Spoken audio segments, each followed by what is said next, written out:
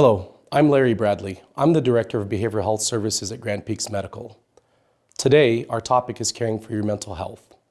As I prepared these slides, one thing that I've kept in mind is that talking about mental health is quite difficult for some people. It's uncomfortable, it's unnatural. We can often talk about diabetes and about other mental health complications fairly easily. When it comes to mental health, it's uncomfortable. My goal today is to normalize talking about mental health. And in preparing this, I've considered several things. I want to provide a brief overview of what mental health is, why your mental health is important. I also want to talk about and dispel some myths about mental health. In closing, I want to give help to those who may be seeking mental health services or have somebody that they love and care about that they would like to get mental health services for.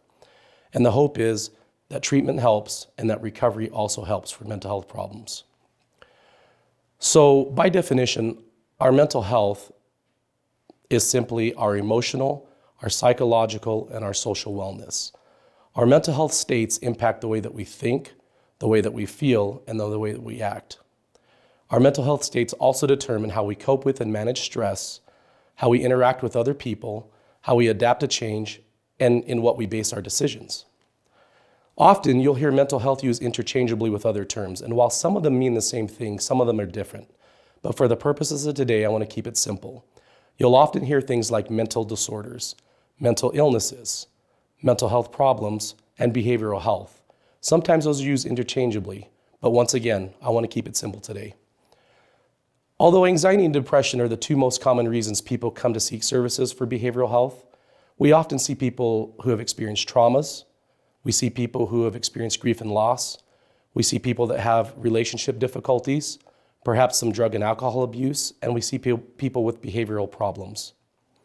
So why is your mental health so important? Well, throughout life, some of us will experience mental health problems.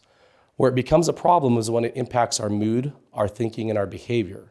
In fact, some of these problems can become more problematic when they impact your employment, your relationships, and your overall health and wellness. In fact, sometimes we call these disorders, or we diagnose a mental illness, and we'll talk about that in later slides to come in other presentations in the future. But caring for your mental health is as important as caring for your physical health because those two factors impact each other. So there are varying theories as to what causes mental health problems.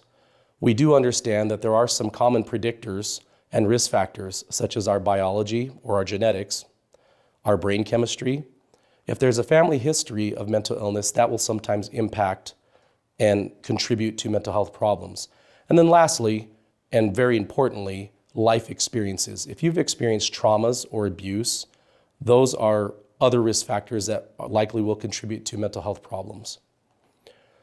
So some warning signs and some risk factors that we see for individuals that may be experiencing mental health problems, it's common that they begin to avoid, that they distance themselves and they pull away from people that they love and things that they normally like to do. This can be problematic. We also see people reporting significant changes in their energy, typically lower energy and lower motivation. It's more difficult to get out of bed. It's more difficult to follow through with daily tasks. We often see people reporting feeling hopeless, feeling numb, experiencing mood swings that they'd never experienced before, and then often reporting feeling intrusive memories or disruptive memories that come into their head that they can't get rid of. Where it becomes more of a problem is when the individual has an inability to complete simple daily tasks such as hygiene, getting up and getting ready for school or work. And in more severe cases, we see people that report having suicide ideation or thoughts of hurting other people. There are common myths and misconceptions and misperceptions about mental health. One of them is that mental health problems are really rare, that very few people have them.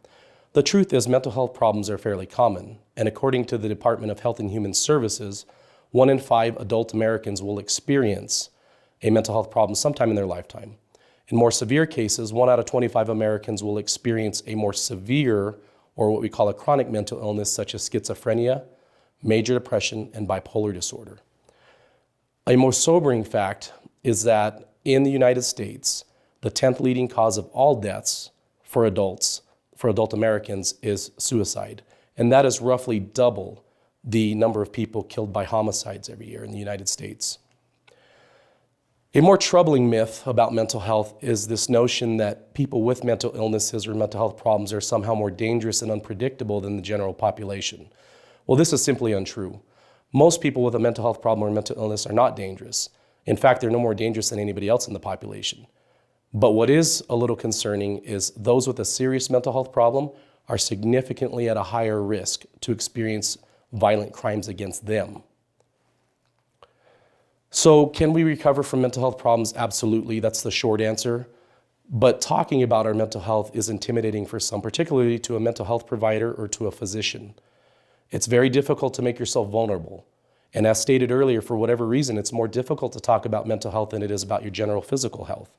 But most people who experience mental health problems do get better. Treatment and recovery from mental health problems is not always linear. It's a process. Okay, and so some people often give up because it is a process. One of the strongest predictors of your success in mental health treatment is the strength of relationship with your providers. So my goal here today was to normalize talking about behavioral health. In the future, we have more slides that we will share with you that go into more detail about specific mental health disorders and treatment options. What I really want to drive home today is that if you or somebody that you care about is struggling with a mental health problem, we'd like to have a conversation about it. I want to thank you for taking the time out of your day to watch this. Remember, your mental health is as important as your physical health.